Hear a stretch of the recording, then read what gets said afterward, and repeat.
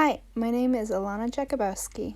The three identities that I will be talking about in this video are being white, being a cisgender woman, and being heterosexual.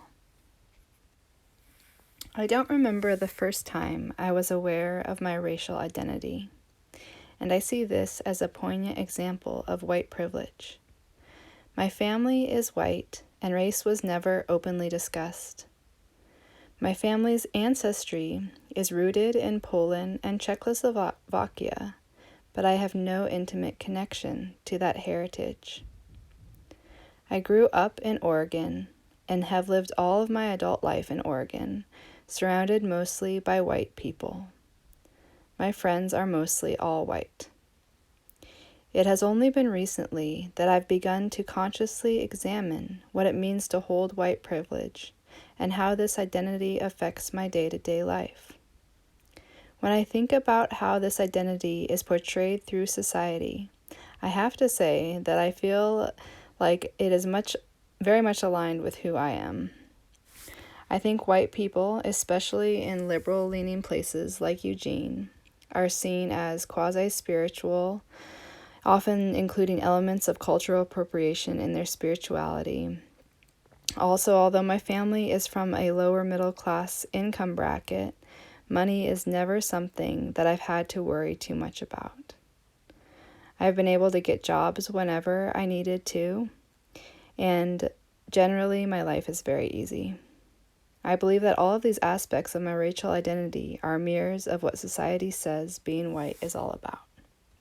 The second aspect of my identity that I would like to speak about is being heterosexual. Throughout my adult life, I have had a few long-term relationships, all of them with cisgender men. I have never questioned my sexual orientation, nor have I ever felt unsafe disclosing it. I am able to share freely in public displays of affection, and my family and friends warmly welcome my partner and accept the life that we share together. This is an immense position of privilege in my life, and yet I have given little thought to how easy it is for me to express my sexual orientation. I see this as an example of the idea that people identify with those areas in which they are most oppressed.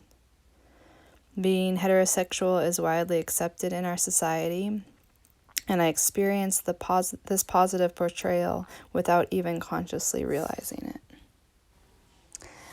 Lastly, I strongly identify as a cisgender woman. Growing up, I always felt very connected to my femininity. To me, that meant being in nurturing, caregiving roles at a very young age.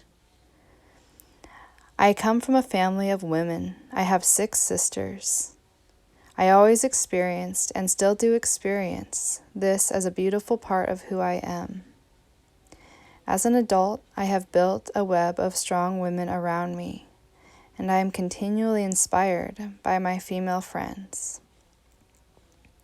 To me, femininity is strongly linked to the natural world.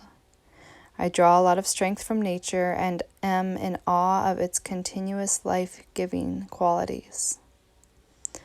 I'm also very in tune with my emotions and the cycles that these go through. Although I acknowledge that sexism is an oppressive system, personally I've always felt privileged in my identity as a woman. And this has caused some discord for me. I see our society portraying women as highly emotional and irrational, and this is seen as negative.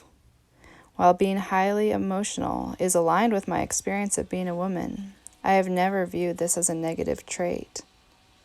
I feel like women are also portrayed as being very weak, and that's just not aligned with my experience of being a woman. Some of the strongest people I know are women. The biggest vein of sexism that I see throughout our society is how we treat the natural world. I am deeply saddened by the relationship that my culture has with nature, as it's one of greedily over-consuming rather than a mutualistic exchange. I feel really trapped in this aspect of my identity because I really want to live in greater harmony with my environment, but I am also dependent on a culture in which that is not a priority.